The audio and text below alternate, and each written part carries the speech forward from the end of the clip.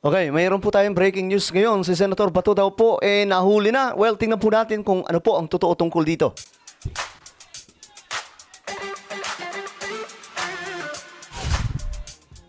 Okay, so alamin po natin mga sangga itong impormasyon kasi nga po may mga lumalabas na information na si Senator Bato daw po nahuli na. Doon daw po sa Davao. So paano nangyari to mga sangkay? Seryoso ba? Bago tayo magpatuloy, sa mga hindi pa po dyan nakakapag-subscribe guys, isubscribe nyo po yung ating YouTube channel ngayon din para lagi po kayong updated sa mga vlog po natin. Sa mga nanonood po sa Facebook, guys, i-follow nyo po yung ating Facebook page. Okay, so ito na nga mga sangkay. Nagulat po ngayon ng marami sa balitang to. Ito, mayroon pong naglabas kasi ng information. Siyempre, yung sikat na vlogger, itong si Mike Cervera. Nahuli ba si Bato de la Rosa sa Davao? Tapos ang nagturo daw si Cayetano? Cayetano daw. Well, ito ay chismis, mga sangkay. Pero hindi ko alam kung totoo. Ngayon, chismis ng mga vlogger, tayo mga sangkay, konting discuss lang po natin to ng bahagya. Pero, ayun na nga po, kung nahuli man po si Senator Bato, saan siya dadalhin? Sa The Hague. Ano ang mangyayari? Ngayon mga sangkay, naghanap-hanap po ako ng impormasyon dito. Ito, Augusto. Augusto. Ano to? Nahuli daw sa Davao City.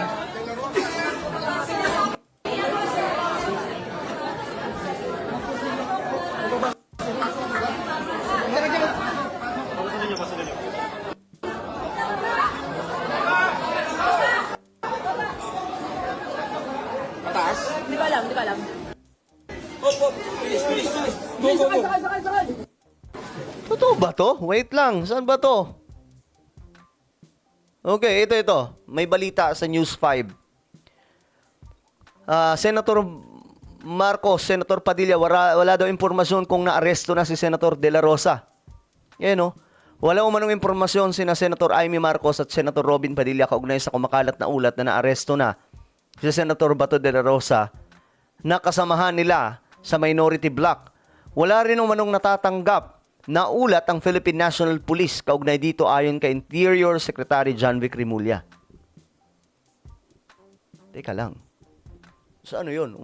May video Mga sangkay, hindi ko alam kung totoo yun. Kasi feeling ko naman yung video, doon po sa sa Senado. Di ba nung lumabas siya? Pero mamaya, balikan po natin. Okay. So, nag-post din po si Sir Jack. Totoo ba na huli na daw si Senator Bato?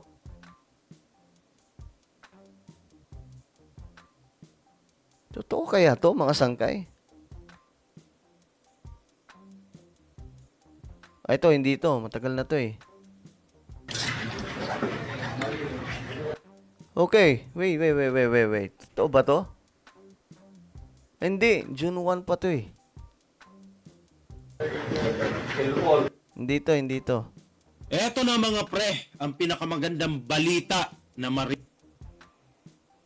Okay. So, matagal na pala kung paikot-ikot ito na nahuli na daw. Ito nung May pa to anong petsa na ngayon mga sangkay? August na po ngayon When bells for us. Ito, sana hindi fake news. Yan, nahuli na si Bato. Ito, binalita din po sa UNTV. Ayan, sabi daw po ni Secretary John Vic Rimulya, wala pa umanong natatanggap na impormasyon sa Department of Interior and Local Government Secretary John Vic Rimulya hinggil sa kumakalat na balitang naaresto na si Senator Ronald Bato. Totoo ba?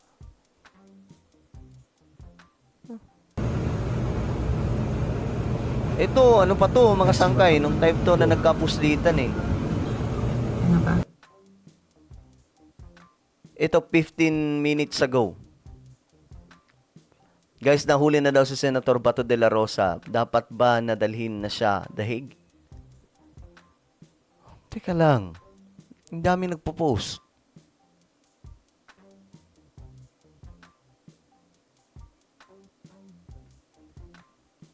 Okay, so Maganda. hanggang ngayon, mga sangkay, parang naghahagilap po tayo ng ano, wala pa mga sangkay. Pero ito yung breaking news galing po sa media po natin. Na tinanong na po sila Senator Marcos, Amy Marcos at Senator Robin Padilla tungkol sa sinasabing nahuli na nga daw.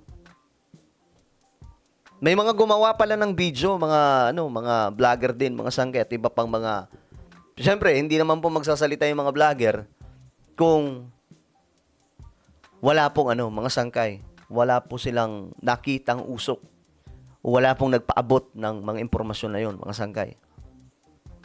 Pero ayon nga po dito, walang malinaw, hindi nga din po alam nila Robin Padilla at nakarang araw pa pala ito binabanggit mga sangkay ng iba mga influencer na nahuli na daw.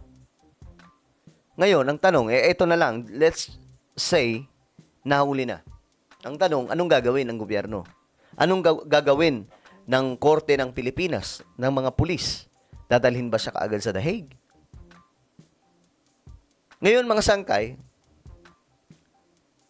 ito, naalala ko lang, di ba si Donald Trump, mainit ngayon sa ICC. Ito, ewan ko andito yon mga sangkay.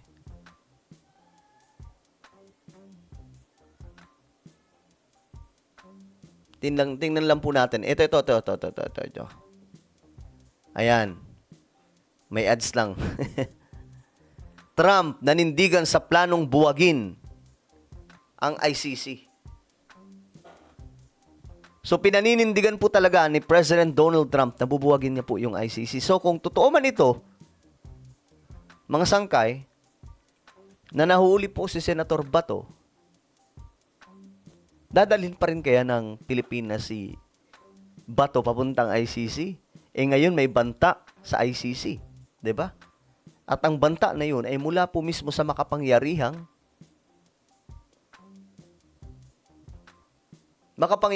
bansa, ang bansang Amerika. At may mga bansa na pong kumakalas ngayon sa ICC. So sa madaling sabi, ang ICC ngayon ay naninilikado. At ayon po sa report, talagang palalayain daw po ni President Trump yung mga lahat na nandoon si former President Duterte andun. At hindi lamang po si Digong, mayroon pa pong ibang mga personalidad mula po sa iba't ibang mga bansa na naroon. At kasama po sa mga nasa listahan na mga ipapaaresto ay si Putin at si Netanyahu ng Israel. So kung ito ay totoo, ang tanong, dadalhin pa rin ba nila sa ICC sa kabila po ng katotohanan na seryoso ang Amerika na wasakin na ang ICC?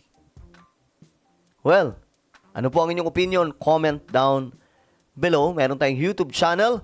Ito po ay Sangkay Revelation. Hanapin nyo po ito ngayon sa YouTube. Kapag nakita nyo na, i-click nyo po yung subscribe, i-click ang bell, at i-click nyo po yung all. Ako na po ay magpapaalam. Mag-iingat pong lahat. God bless everyone.